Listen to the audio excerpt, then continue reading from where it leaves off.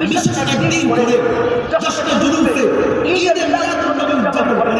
ওইটার আনন্দের দিন আজকে 12 রবিউল আউয়াল, অথচ বিশুদ্ধ তারিখ হলো নবীর জন্ম 9 রবিউল আউয়াল। 8 রবিউল আউয়াল দিবাগত রাত 9 রবিউল আউয়াল নবী জন্ম নিয়েছেন, এটাই বিশুদ্ধ। যদি মাশরুর 12 রবিউল আউয়াল, আমাদের এই ভাইদেরকে বলি, আচ্ছা মানলাম তোমারটা 12 রবিউল আউয়াল, তো কি হয়েছে? আজকে সাইয়্যিদুল আয়াদ, আজকে সমস্ত ঈদের চেয়ে সবচেয়ে সেরা ঈদ। ওই কেন?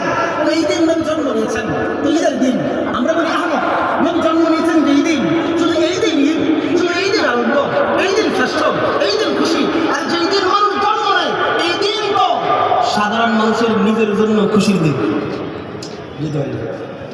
আরে যে কেউ জন্ম নিয়েছে, যেই দিন জন্ম নেয় শুধু ওই একদিন খুশি, একদিন খুশি তো সবার জন্যই। যেই দিন জন্ম নিয়েছে এটা তো আনন্দের দিন। ভালো করে বুঝেন, তার বাবার জন্য আনন্দের, তার মায়ের জন্য আনন্দের, স্বামীর জন্য আনন্দের, তার আত্মীয় স্বজনের জন্য আনন্দের।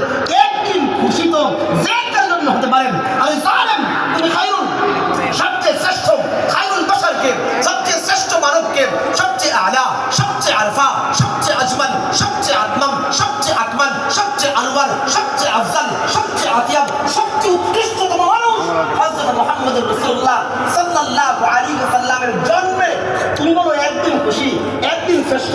না না, যাকে ওয়াহাবি বলে গালি দাও, যাকে দেওবন্দি বলে গালি দাও, যাকে নবীর দুশমন বলে গালি দাও, তার আকীদা শোনো।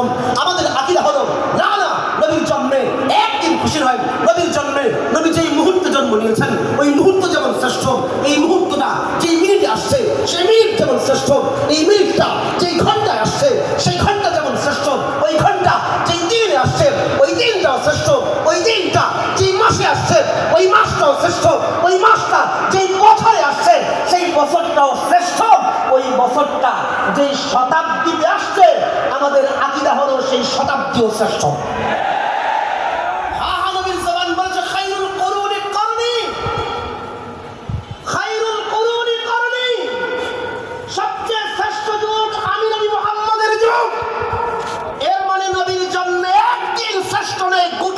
শতাব্দী শ্রেষ্ঠ হয়ে গেছে। যারা বলে একদিন শ্রেষ্ঠ, একদিন আনন্দের দিন, এরা বাহ্যিকভাবে মনে হয় নবীর আশিক, আসলে প্রত্যক্ষভাবে